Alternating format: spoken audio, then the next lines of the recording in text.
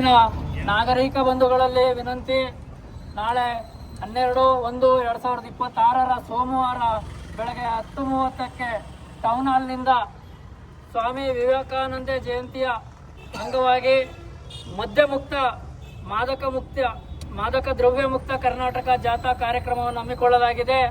ಈ ಕಾರ್ಯಕ್ರಮದಲ್ಲಿ ಮೈಸೂರಿನ ನಾಗರಿಕ ಬಂಧುಗಳು, ಯುವಕ ಯುವತಿಯರು ಹೆಚ್ಚಿನ ಸಂಖ್ಯೆಯಲ್ಲಿ ಬಂದು ಭಾಗವಹಿಸಿ ಈ ಕಾರ್ಯಕ್ರಮವನ್ನು ಯಶಸ್ವಿಗೊಳಿಸಬೇಕು ಅಂತ ಈ ಮೂಲಕ ಕೇಳ್ಕೊಳ್ತಾ ಇದ್ದೇವೆ. ಆಟೋ ಚಾಲಕರಾಗಿರ್ಬೋದು, ಕಾರ್ಮಿಕರು, ಸಮಸ್ತ ನಾಗರಿಕ ಬಂಧುಗಳು, ಸಾರ್ವಜನಿಕರು, ಇದು ಕರ್ನಾಟಕ ರಾಷ್ಟ್ರ ಸಮಿತಿ ಪಕ್ಷದ ಕಾರ್ಯಕ್ರಮವಲ್ಲ, ನಮ್ಮೆಲ್ಲರ ಕಾರ್ಯಕ್ರಮ. ನಿಮ್ಮೆಲ್ಲರ ಒಂದು ಈ ಸಾನ್ನಿಧ್ಯ ತುಂಬ ಅತಿ ಮುಖ್ಯವಾಗಿರುವಂಥದ್ದು.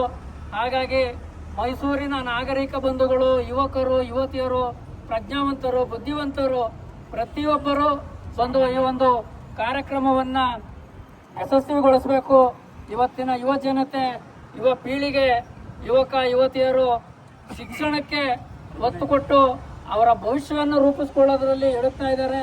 ಕಾರಣ ಕೆಟ್ಟು ನಿಂತಿರುವ ವ್ಯವಸ್ಥೆ.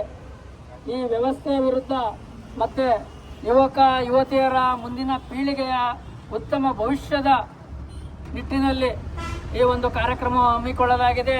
ಸ್ವಾಮಿ ವಿವೇಕಾನಂದರು ಹೇಳುವ ಹಾಗೆ, ಹೇಳಿ ಎದ್ದೇಳಿ ಗುರಿ ಮುಟ್ಟುವ ತನಕ ನಿಲ್ಲದಿರಿ ಎಂಬ ಹೇಳಿಕೆಯಂತೆ ಯುವಕ ಯುವತಿಯರು ಅವರ ಭವಿಷ್ಯದ ಗುರಿ ಮುಟ್ಟಬೇಕೇ ವಿನ ಮಾದಕ ವಸ್ತುಗಳ ವ್ಯಸನಿಗಳಾಗಿ ಕೆಟ್ಟ ಚಟಕ್ಕೆ ಬಲಿಯಾಗಿ ಅವರ ಜೀವವನ್ನೇ ಕಳೆದುಕೊಳ್ಳುತ್ತಿದ್ದಾರೆ. ಮತ್ತು ಅವರ ಕುಟುಂಬಗಳನ್ನು ತುಂಬ ನರಕದಲ್ಲಿ ದೂಡಿದ್ದಾರೆ. ಹಾಗಾಗಿ ಈ ಒಂದು ಕಾರ್ಯಕ್ರಮವನ್ನು ನೀವೆಲ್ಲರೂ ಸೇರಿ ಯಶಸ್ವಿಗೊಳಿಸಬೇಕು ಅಂತ ಈ ಮೂಲಕ ತಮ್ಮಲ್ಲಿ ಕೇಳಿಕೊಳ್ಳುತ್ತಿದ್ದೇನೆ. ನಮಸ್ಕಾರ ಬಂಧುಗಳೇ. ಮೈಸೂರು ಬಂಧುಗಳಲ್ಲಿ ವಿನಂತಿ, ಇದು ಕರ್ನಾಟಕ ರಾಷ್ಟ್ರ ಸಮಿತಿ ಪಕ್ಷದ ವತಿಯಿಂದ ನಾಳೆ 12/1/2026 ಸೋಮವಾರ ಬೆಳಗ್ಗೆ 10:30ಕ್ಕೆ ಸ್ವಾಮಿ ವಿವೇಕಾನಂದರ ಜಯಂತಿಯ ಅಂಗವಾಗಿ ಒಂದು ಯುವ ಸಮಾವೇಶವನ್ನು ಹಮ್ಮಿಕೊಳ್ಳಲಾಗಿದೆ. ಮಾದಕ ದ್ರವ್ಯ ಮುಕ್ತ ಕರ್ನಾಟಕ ಜಾಥಾ ಈ ಒಂದು ಕಾರ್ಯಕ್ರಮವನ್ನು ಹಮ್ಮಿಕೊಳ್ಳಲಾಗಿದೆ.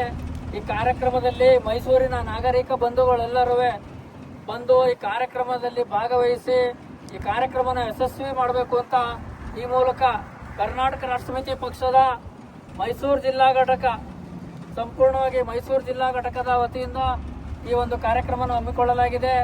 ಈ ಕಾರ್ಯಕ್ರಮದಲ್ಲಿ ಸಮಸ್ತ ನಾಗರಿಕ ಬಂಧುಗಳು, ಮೈಸೂರಿನ ಎಲ್ಲ ತಾಲೂಕುಗಳ, ಸುತ್ತಮುತ್ತ ತಾಲೂಕುಗಳ, ಗ್ರಾಮಗಳ, ಹಳ್ಳಿಗಳ ಪ್ರತಿಯೊಂದು ಜಿಲ್ಲೆಯ ಮೂಲೆಯಿಂದ ಈ ಒಂದು ಕಾರ್ಯಕ್ರಮಕ್ಕೆ ಆಗಮಿಸಿ ಈ ಒಂದು ಕಾರ್ಯಕ್ರಮವನ್ನು ಅತ್ಯಂತ ಯಶಸ್ವಿಯಾಗಿ ಈ ಕಾರ್ಯಕ್ರಮವನ್ನು ಯಶಸ್ವಿಗೊಳಿಸಬೇಕು ಅಂತ ಈ ಮೂಲಕ ಕೇಳ್ಕೊಳ್ತಾ ಇದ್ದೀವಿ.